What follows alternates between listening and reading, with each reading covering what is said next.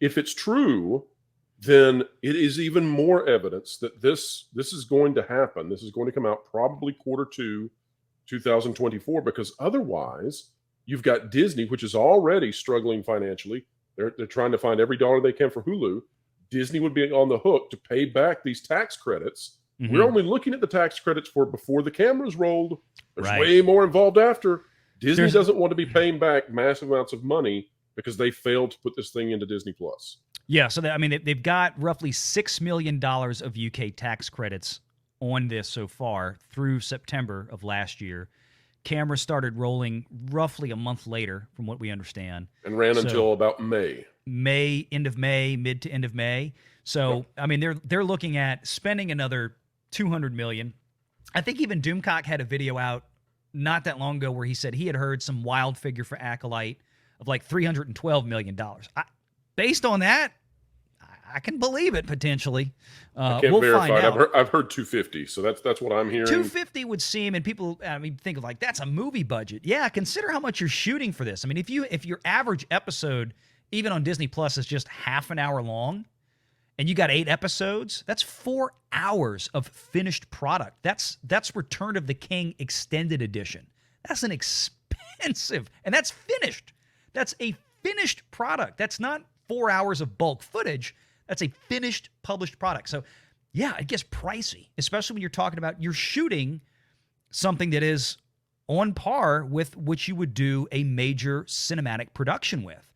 I mean, if you're shooting Ant-Man and the Wasp and Indiana Jones and Marvel and all these other movies at Pinewood and Shinfield Studios in the UK, and maybe you're spending 90 days at those studios actually in photography, on a series like this, you're spending 6 months in photography in this case. So yes, that's why the budgets for these things are so crazy. I literally leave for 10, 15 minutes to go get my dinner, and you guys start talking tax, and I had no idea you were talking tax. That's why I was like, is Mike I still happen going? to be one of the rare U.S. accounts that actually has been, my certification isn't valid this year, but for over a decade, all I did was international financial reporting standards. In fact, I did a large $168 million audit of a LexisNexis overseas acquisition. So, your terminology on the return is a little different because they use the international financial reporting standard, because here we have CPAs.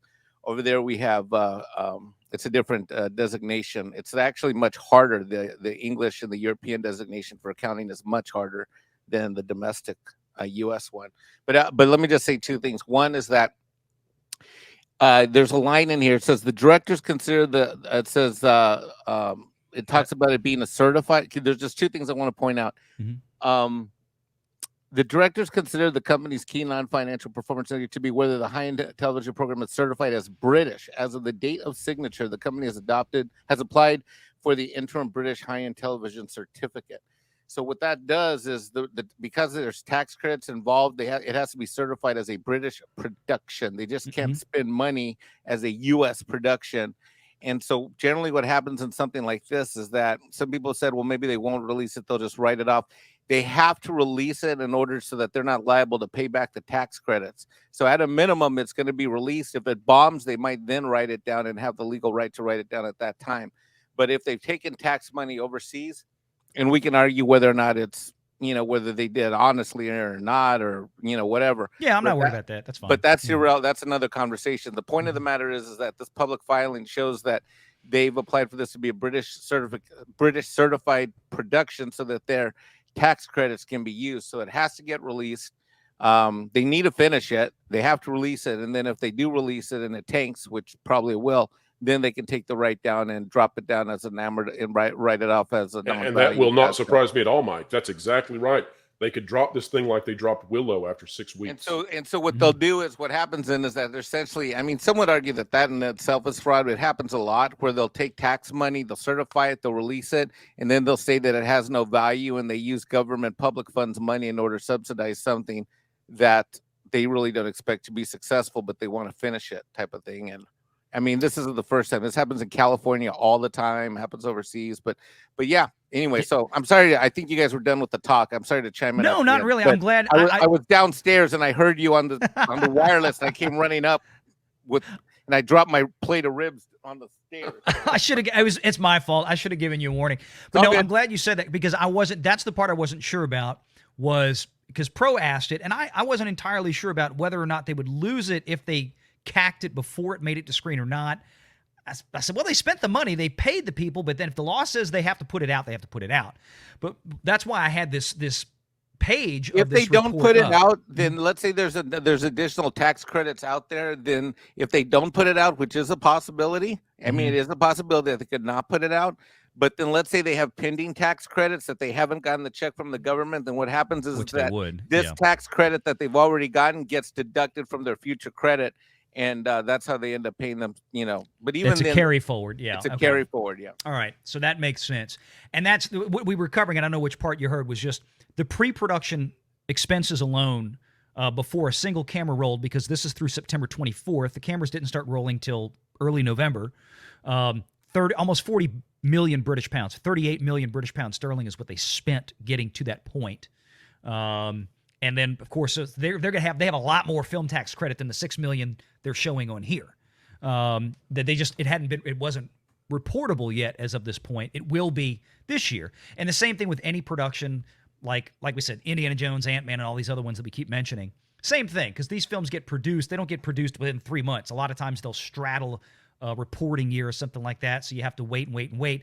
And that's why, like we see Forbes magazine that people keep asking about that just put out the numbers on Doctor Strange and the Multiverse of Madness, like a month ago? Because the reporting, the tax return effectively in the UK had just been filed.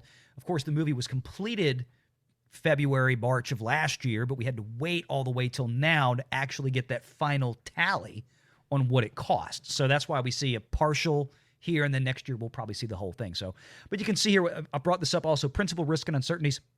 Directors have reviewed the risk, reluctant uncertainties facing the businesses being able to secure future contracts. However, the ultimate parent company, that's Disney, has provided sufficient assurance that it will support the company, Blue Stockings, and provide the necessary finances for its future operations. And like we told folks earlier, Mike, all that comes essentially from wherever Disney has their big fat line of credit in the UK, which I surmise was like Lloyd's, because Lloyd's gives away a Disney Plus subscription for a year to every new checking account that gets open there or whatever it is.